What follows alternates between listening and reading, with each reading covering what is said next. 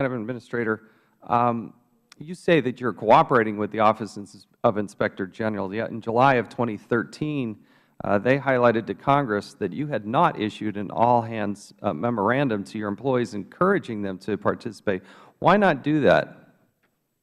I actually was a bit appalled to think that I had to send out a memo on one particular legal obligation or my expectations to staff. And I knew that there were a lot of challenges they were facing in terms of updating our systems. Are you going to do that? Are you going to issue an all-hands memorandum to your employees? I'll answer more quickly. I actually, instead of doing a memo, I did an all-hands video and speech where we talked about both accountability, where I confirmed my expectation that people would be accountable and that the OIG was important and should be fully brought into any issues. I think to satisfy the OIG's concerns, to issue a memorandum, to make it clear to employees to help participate would be much appreciated. I ask unanimous consent to enter into the record the June 13, 2014 letter from Chairman Issa and Senator Vitter. Sir, can I just point out that I send a lot of mass mailers out. I do very few town hall meetings, and that's what I did this town hall meeting to actually impress upon. It obviously didn't satisfy their concerns. Let me ask you, prior to your being named the administrator, you were my understanding is the assistant administrator of the Office of Air and Radiation from 2009 to 2013, correct? Yes. And during that time, it's my understanding that you had 3 people that were direct reports to you, correct? I actually had quite a few more than that, sir. How many direct reports to you? Let me look.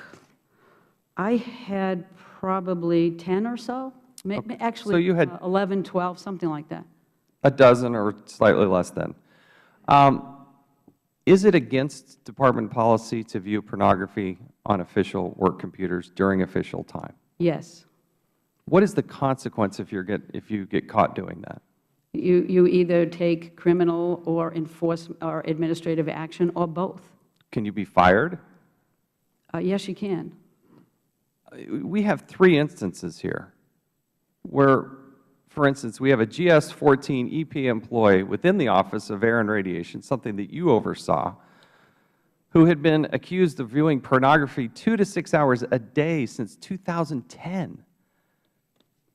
This person is on administrative leave with pay.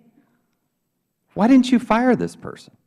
I actually have to work through the administrative process, as you know, and there is still an ongoing OIG criminal investigation, is my understanding. We have actually banned him from the building. He no longer has access to any EPA equipment, but administrative leave is We have another person at the EPA within the Office of Policy who they've admitted viewing pornography while at work for at least 2 hours at a time. You have another person, an EPA employee at the Chicago Regional Office, who had child pornography files on his work computer and viewed them on a regular basis. Actually, that gentleman was fired and was actually put in prison.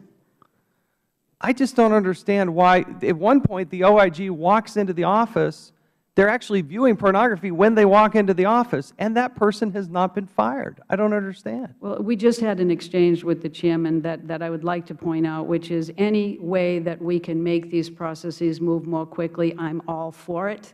But there is an administrative process we must follow, because it's one thing to get upset. It's a second thing to successfully go through both criminal and administrative procedures to address the issue in a legally solid way. And I think that's something we're going to have to address, because why these people aren't fired on the spot, I just do not know. I would welcome Congress taking up some of those challenges. It would be great. And I also, with all due respect, need to understand why you had issued a memo. This is an email that you sent on March 29th of 2012. This gets into knowing when John Beal was a problem.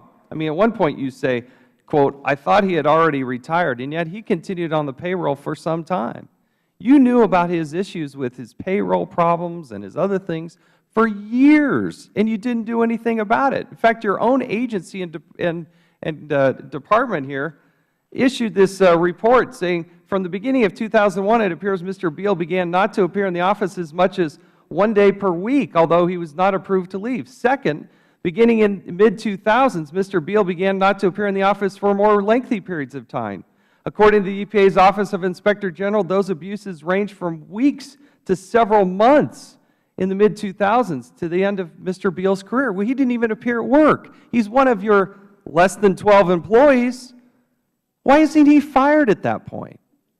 If he doesn't show up to work for months, did you not know that? I think that we've discussed the fact that it was my understanding from day one that he had obligations to other agencies as well. I did the best that I could to try to keep track of him and to bring him to justice. And frankly, I am very appreciative of the work of the OIG and DOJ to actually do just that. Why did it take you so long? The OIG said it took them 1 week to figure it out.